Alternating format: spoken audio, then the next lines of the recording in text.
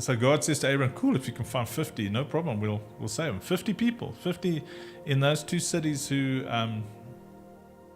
have intentional consideration, or selfless and generous and actually care about the community. I'll save it if you can find 50. And then Abraham is like, he thinks about it a bit, and he's like, yeah, last time I visited my butt, can we make it 40? And God's like, can make it 40. If you can find 40, I'm in. Yeah, we save him. Yeah, we can work with 40. And Abraham's,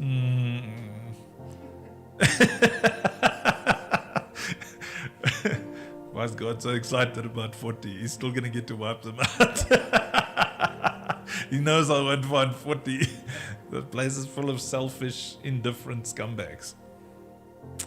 So Abraham's like, negotiates all the way down. Says, okay, I better find 10. And he doesn't think God's going to say yes. I mean, why would God say yes to finding 10 in two cities? And God's like, dude, if you can find 10, I can work with 10. Because God knows. With 10, he can change the world. That's what Jesus did. With 12, he changed with 11. Even with the Judas in there. And a Peter.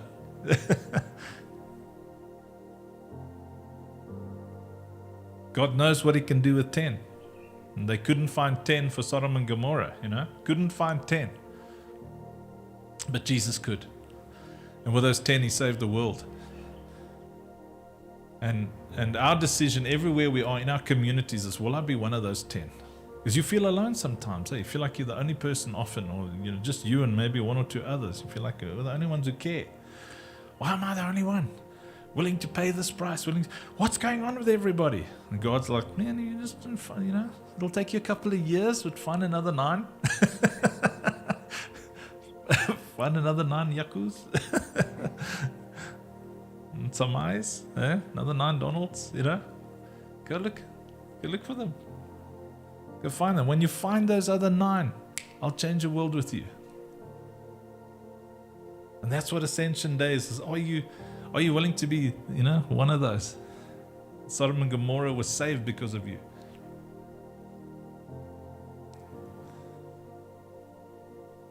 And that's it. And that's all we have to do is like, that's me, Lord. I'm in, And that's what Ascension Day is about. It's about him saying, I found my 10. Catch you later. Have fun. You'll have the Holy Spirit to help you get the job done. And those 10 try to find 10 each, and they try to find 10 each. And before Rome knew it, the revival was so massive that it took all of that money out of Rome's ecosystem because they lived in community. These Christians lived in community. They left the normal monetary system and bankrupted Rome. Greeks and Romans and Jews, everybody was getting born again at a rate of 3,000 to 5,000 a day sometimes. Families of 15,000 people in one go. Can you imagine if that happened in Paris? Imagine this. All the Christians in Paris come together, say, okay, we're going to buy a big farm. We're all taking our money and chucking it into the farm. We're going to farm and live together, and we're exiting the country's economic system. It's an NGO we're setting up.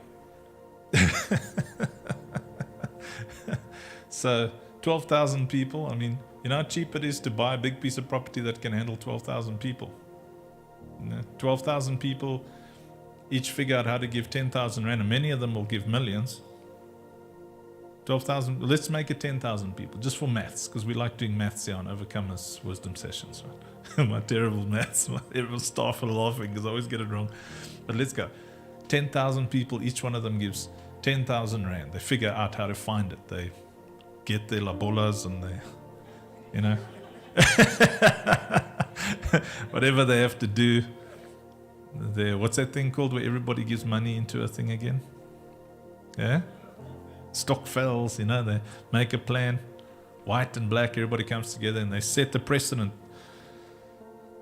they got their own little constitution. And they say in the New Kingdom city, the city of obedience, this is how we want to live. These are our precepts.